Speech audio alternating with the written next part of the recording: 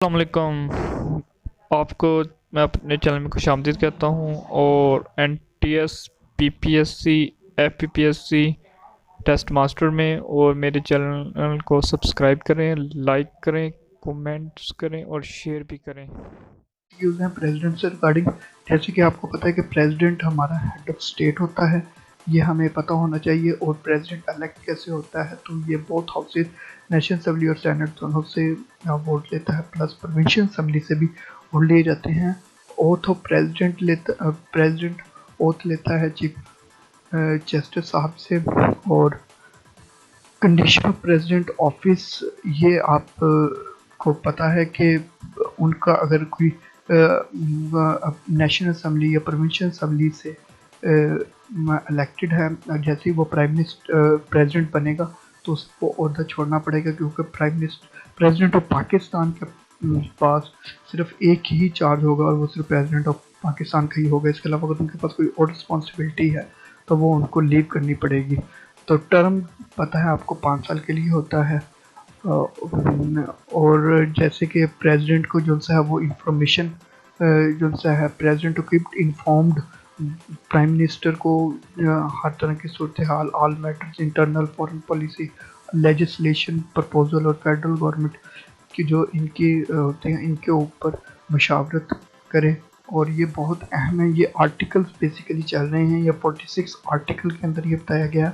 और ये आप देखें कि 47 आर्टिकल जो कि कॉन्स्टिट्यूशन का आर्टिकल है वो ये बताता है कि removal of impeachment of president की जो है 47 से कर सकते हैं, और 48 president to act on advice, और लास्ट जो सा है 49 चेयरमैन और speaker to act as a perform function of president.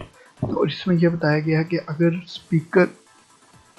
President ने रिज़ाइन कर दिया है या उनको हटा दिया गया, तो उसके बाद चेयरमैन के पास ये अथॉरिटी है कि वो फंक्शन को, चेयरमैन सेनेट सा है वो उनकी जगह काम करे। अगर वो भी मैसर नहीं है, दस्तयाब नहीं है, तो फिर स्पीकर नेशनल असेंबली आर्टिकल 41 के तहत उसके ऊपर काम कर सकते। अगर कोई प्रेसिडेंट एब्सेंस है, किसी मुल्क से बाहर किया हुआ है, अपनी duties function unable to perform his function करने में है, तो वो फिर चेयरमैन साहब के पास ये रिस्पॉन्सिबिलिटी है कि वो फिर वो करे। अगर वो भी एब्सेंट है तो फिर नेशनल असेंबली के जो स्पीकर है उसके पास आ जाती है। जैसे कि आजकल हमारे स्पीकर ऑफ नेशनल असेंबली के असद कैसद साहब हैं, तो फिर रिस्पॉन्सिबिलिटी उनके पास आती है। और एक इम्पोर्टेंट इन्फॉर्मेशन जो मैं आपसे डिस्कस करना चाहूँगा वो है USA के प्रेसिडेंट के हवाले से। USA का प्रेसिडेंट 45वां प्रेसिडेंट है करंट डोनाल्ड ट्रंप साहब, जिन्होंने 20 जनवरी को, ये तारीख बहुत अहम है 20 जनवरी एग्ज़ाम पॉइंट ऑफ व्यू से, क्योंकि अक्सर MCQs बनते हैं ऐसे, और इनके सीक्वेंस भी आपको याद करने होंगे। जैसे पाकिस्तान का 13th है डॉक्टर आरिफ अलवी साहब, इसी तरह 45th से ये डोनाल्ड ट्रंप साहब हैं। तो इनके मतलब आपको ये चीज़ें याद करनी होंगी। और अगर आप इस लेक्चर की PDF अगर करना चाहते हैं तो डिस्क्रिप्शन में अपनी ईमेल लिखें, तो आपको इसकी PDF भी प्रोवाइड कर दी जाएगी। Thank you so much. इसको लाइक करें, शेयर करें, ताकि और भी दोस्त जो कि टेस्ट की तैयारी कर रहे हैं तो वो इंशाल्लाह ताला इससे फ़ायदा उठाए और मज़ीद इसके बारे में लर्न करने की कोशिश करें। और आप इसके अलावा इसके साथ और एडिशनल इंफॉर्मेशन आपको मिलती है तो वो भी ऐड करें, ताकि आपके एग्ज़ाम पॉइंट ऑफ व्यू से आप अच्छे से अच्छे मार्क्स सिक्योर कर सकें। Thank you so much.